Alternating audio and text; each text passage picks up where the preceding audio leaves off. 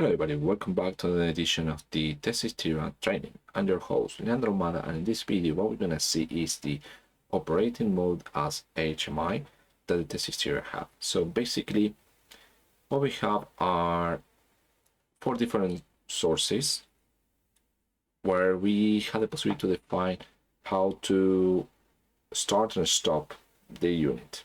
Okay, so we have local 1, local 2, local 3, and local and remote. Okay, so we have 3 locals and 1 remote.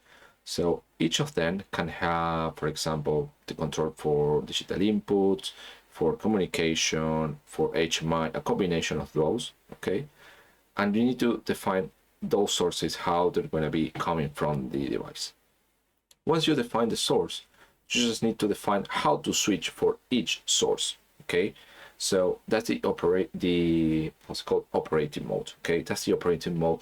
You need to define something that select which source are you going to use in order to control the unit. Okay, so let's go to the presentation. So basically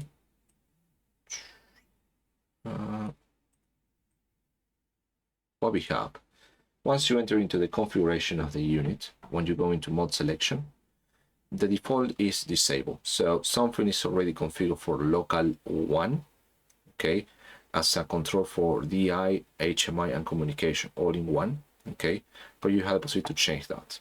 Okay, so as soon as you enter into the mode selection, you have 3 main sources. We have HMI, that basically is the remote graphic display that can be used with the unit. You have DI, so you just use a digital input from the expansion module, so from the embedded control unit. And the third one will be for communication. So those are the 3 sources that allows you to select the other 4 start and stop: local 1, local 2, local 3, and remote. Okay, so that's the one that defines that.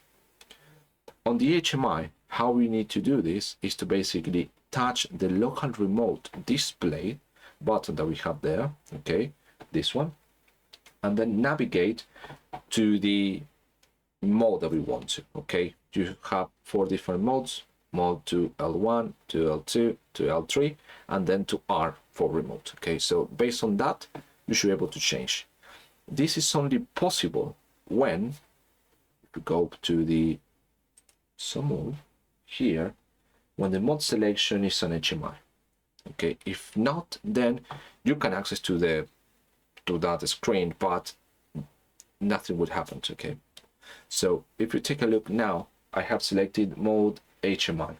Okay, I'm going to show you what we have. So I'm going to load from the device. Going to load from the device.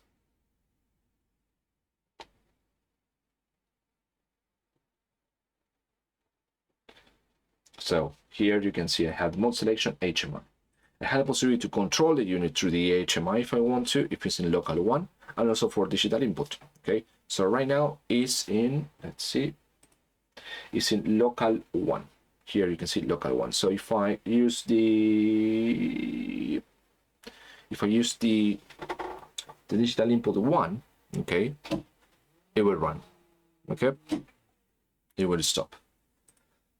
I have also selected or configured on the expansion module the mode selection. This is just to change the mode selection in case you use DI over here. But I haven't selected DI, it's HMI. So even if I try to change this, which is the mode selection, okay, here you can see that the log is still in local 1. So I can still communicate, control it from here and not from communication. Okay, so in order to change this, I should need to do it from the display. So I just need to go to local, remote, and change this to remote. Here it shows remote, and here you can see I am remote. So now if I select this, it will not run. So it needs the communication. So what I'm going to do now is to go back here. You need this. I'm trying to make it run now. Okay, so this is just a function block. It's going to make it run. You can see it's running. Okay, it's running. It's totally fine. I'm going to stop it.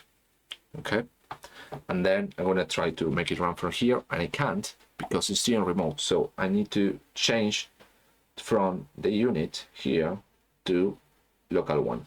I change it to local one. I'm going to send the command to forward, reverse, forward. Doesn't do anything. I just need to use the command from here to make it run. Okay, so basically what I'm doing is to change this local control.